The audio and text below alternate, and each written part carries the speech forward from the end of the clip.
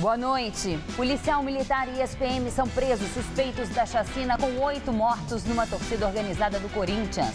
Reunião de conciliação entre governo e professores de São Paulo no Tribunal de Justiça termina sem acordo.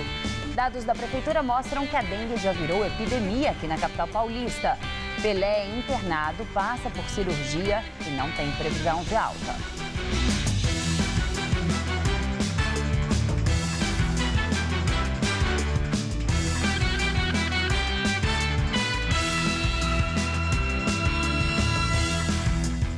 Policial militar e ex-PM são presos por suspeita de participação na chacina que aconteceu na sede da torcida do Corinthians, Pavilhão 9, no mês passado.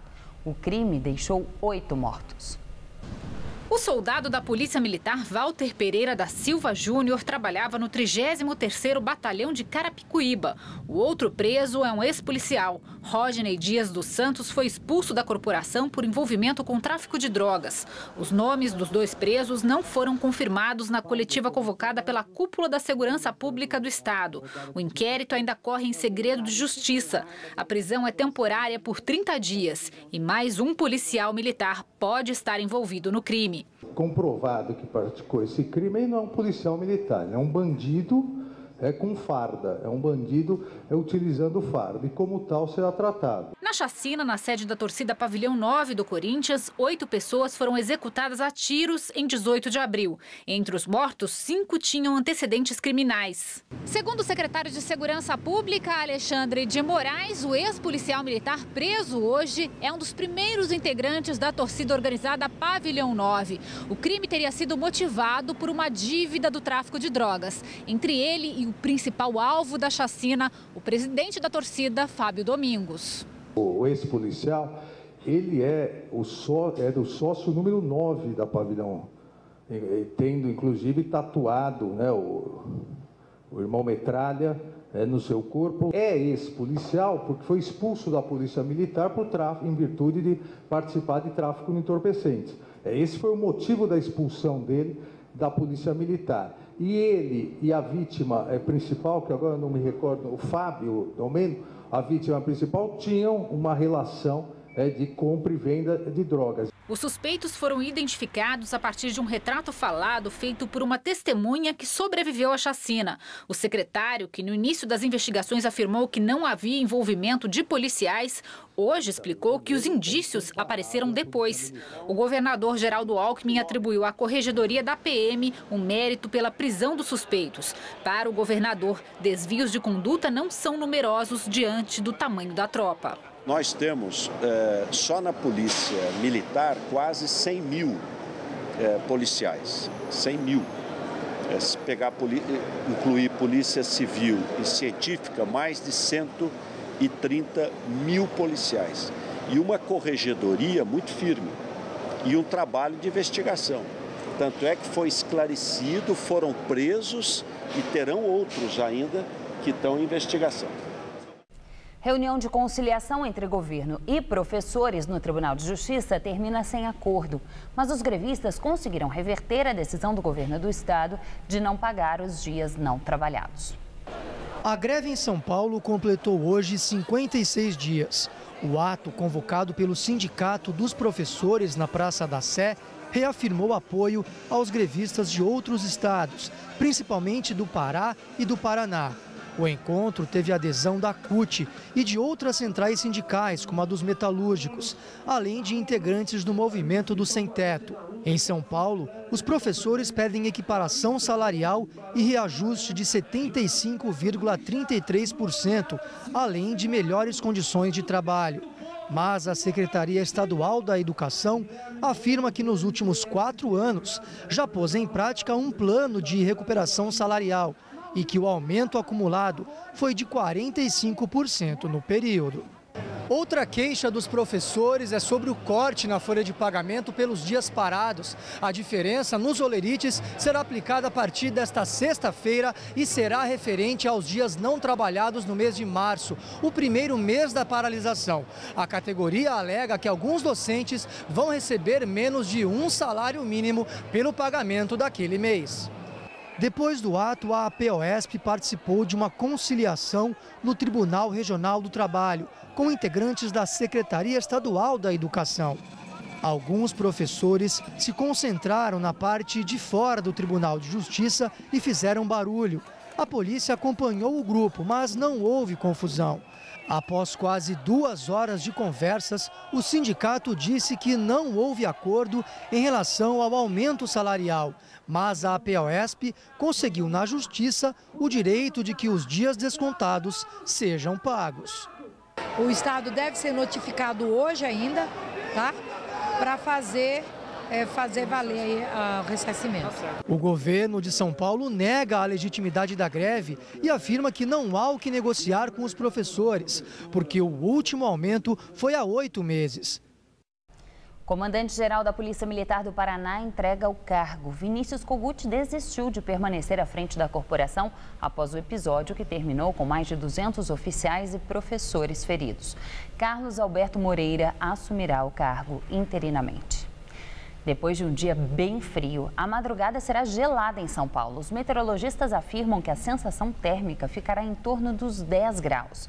Vamos ver os detalhes da previsão com Luciana Magalhães.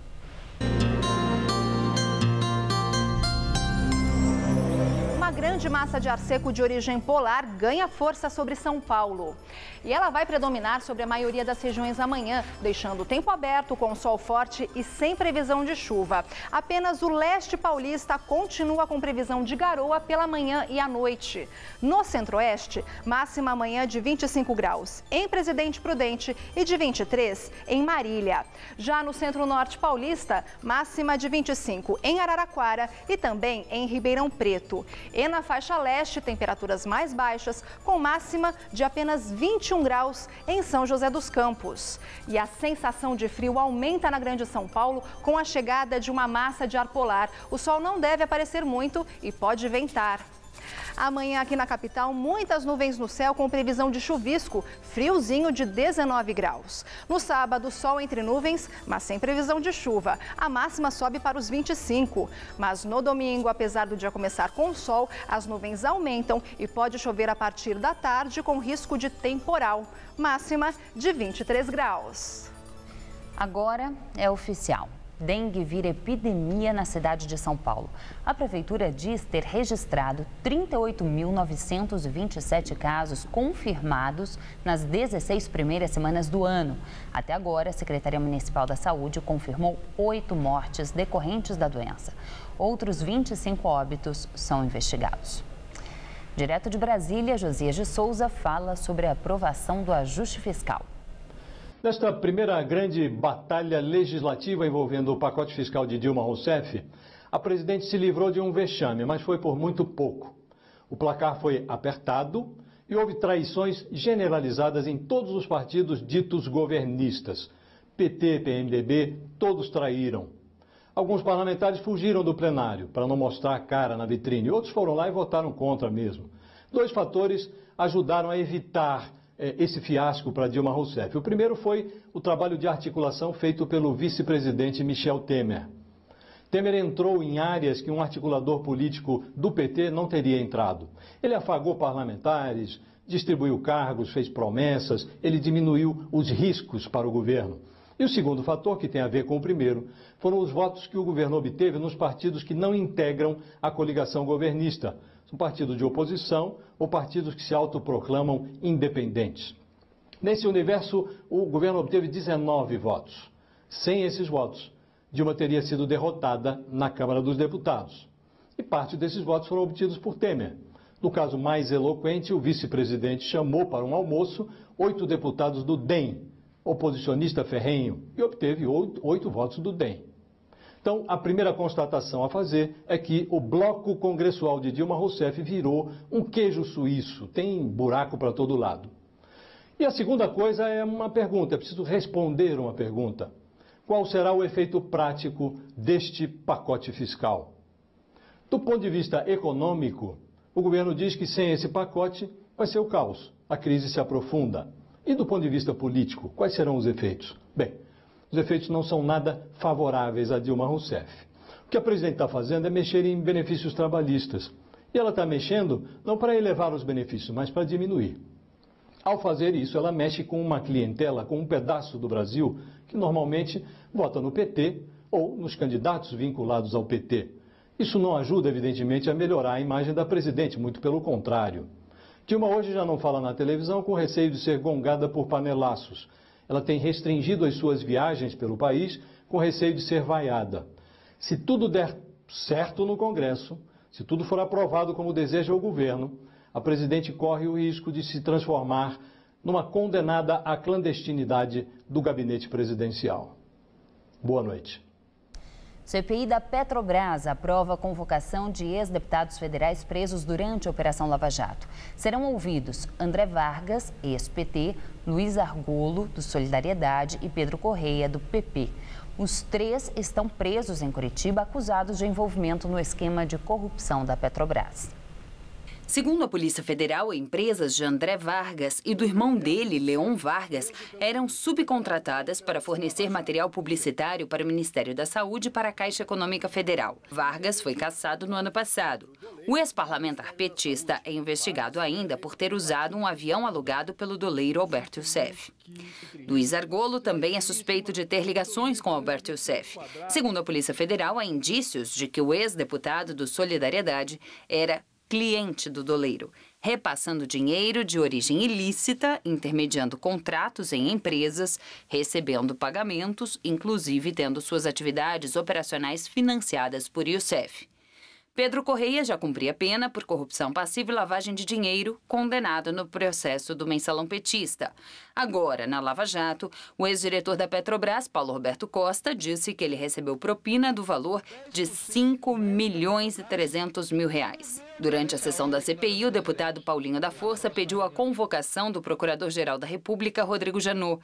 O deputado argumentou que servidores do Ministério Público Federal reclamam de vazamentos de informações da Operação Lava Jato a partir de uma empresa que teria sido contratada irregularmente. Na carta, os servidores acusam de descontrole sobre as informações decorrentes da Operação Lava Jato, redundaram em vazamento que colocaram em dúvida a legitimidade da atuação da instituição institucional do Ministério Público. O requerimento de Paulinho ainda será votado.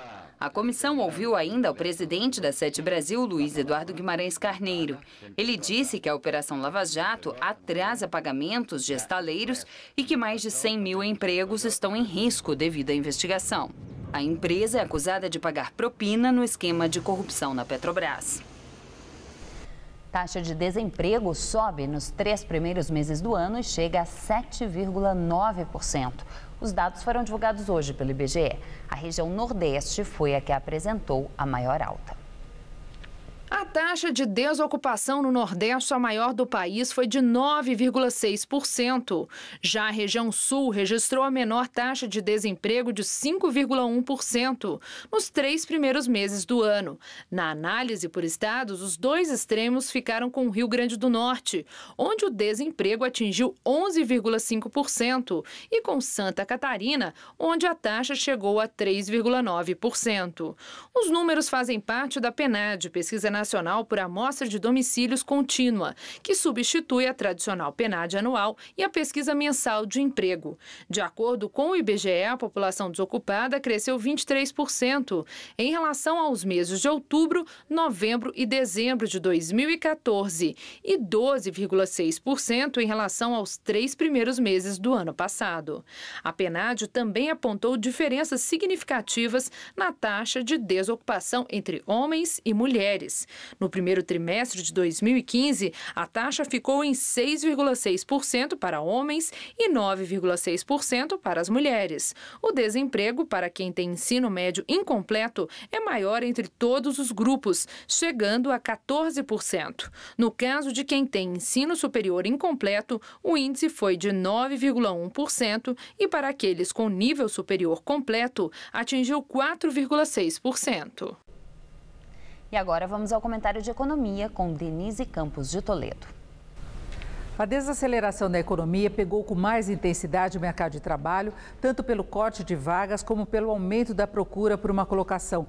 Muita gente está buscando reforço para a renda familiar diante do aperto provocado pela alta da inflação, de impostos, de juros e até pelo desemprego. Sem querer ser pessimista, nas condições atuais da economia, há uma boa probabilidade de o desemprego crescer ainda mais. Há uma desaceleração geral de atividade, mais forte na indústria e na construção, mas que também já prejudica o comércio e os serviços, e sem perspectiva de reação a médio prazo, até por fatores políticos que também mexem com a confiança. Se tudo caminhar dentro do previsto, principalmente o ajuste das contas do governo, a economia pode começar a respirar melhor mais para o final do ano. Até lá, o aperto vai continuar. Alguns fatores que têm contribuído para a desaceleração podem até ganhar força, como os juros. Hoje, saiu a ata da reunião da semana passada do Copom, do Comitê de Política Monetária do Banco Central, e o recado foi claro: os juros devem subir mais, porque o que foi feito até agora ainda não foi suficiente para garantir que a inflação, hoje acima dos 8% ao ano,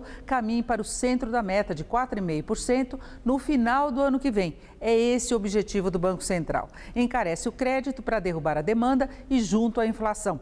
O desemprego em alta, na visão do Banco Central, pode ajudar na medida em que freia mais o consumo e, com o consumo em queda, o comércio, a indústria, os prestadores de serviços seguram os aumentos. Agora é um ciclo negativo. A demanda cai, as empresas, além de segurarem os reajustes, demitem para se adequarem à nova realidade. E o desemprego maior derruba mais ainda a atividade econômica. É ver quando e como esse ciclo vai ser revertido. Os juros só vão voltar a cair quando a inflação ceder de fato. O dinheiro do governo vai continuar curto, inclusive porque a meta é de um saldo maior das contas em 2016. Resta o estímulo às exportações e aos investimentos com capital privado, na infraestrutura, por exemplo, com um novo modelo de concessões. Mas nada disso vai acontecer de uma hora para outra. A previsão é que a economia cresça 1% no ano que vem. 1% sobre uma base ruim, já que agora, em 2015, devemos ter uma retração entre 1% e 2%.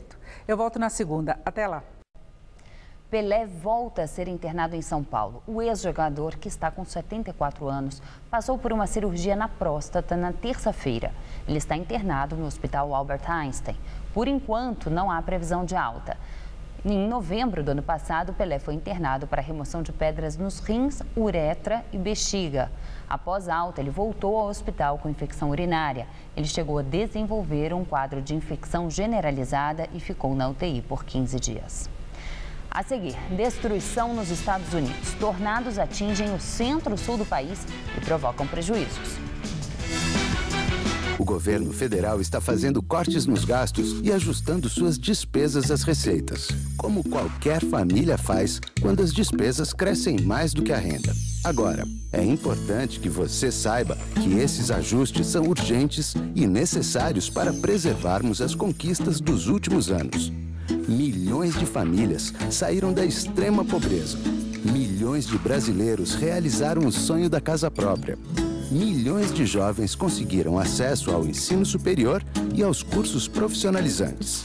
Os ajustes são fundamentais para que o Brasil reequilibre suas contas e avance no caminho do crescimento, com inflação sob controle, geração de mais empregos, mais renda e novas oportunidades para todos. Os ajustes são temporários, mas os seus resultados serão permanentes. Saiba mais, brasil.gov.br. Brasil, ajustar para avançar. Se você quer estudar jornalismo, relações públicas, publicidade e propaganda ou rádio, TV e internet, a Faculdade Casper Liber é o seu lugar. Quer conhecer? Eu te levo!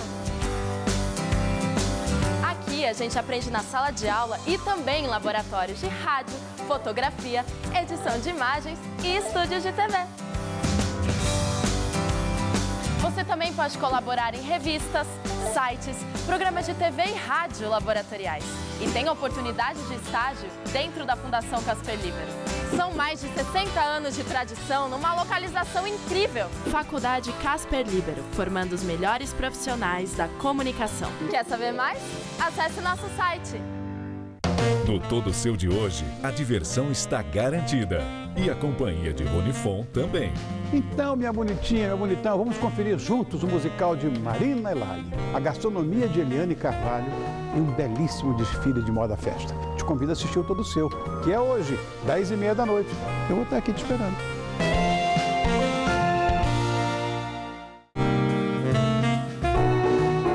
Oferecimento Bombril, os produtos que brilham como toda mulher.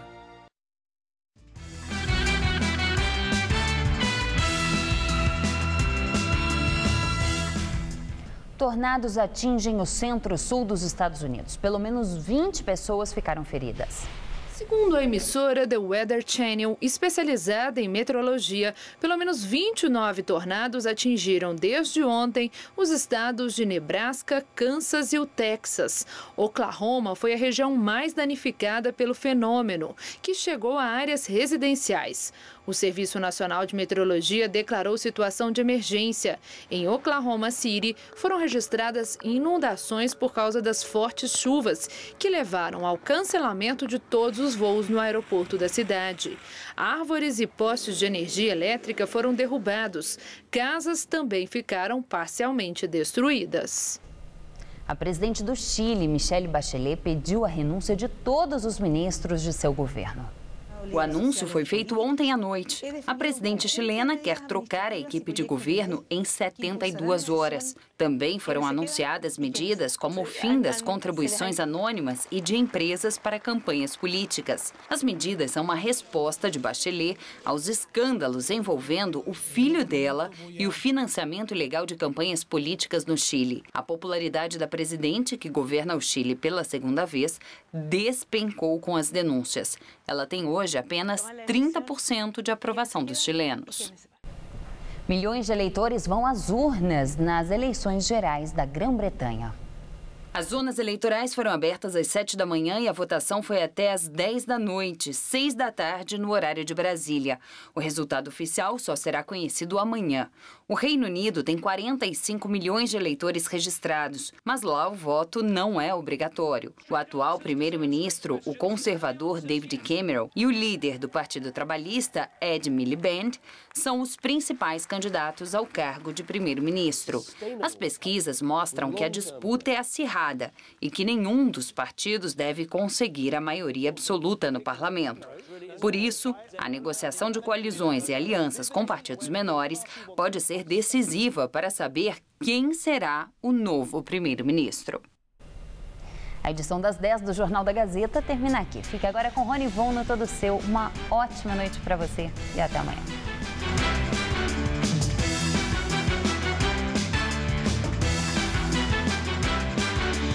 Logo mais, 11h30 da noite, visite o famoso Encontro das Águas da Amazônia com Hoje Tem.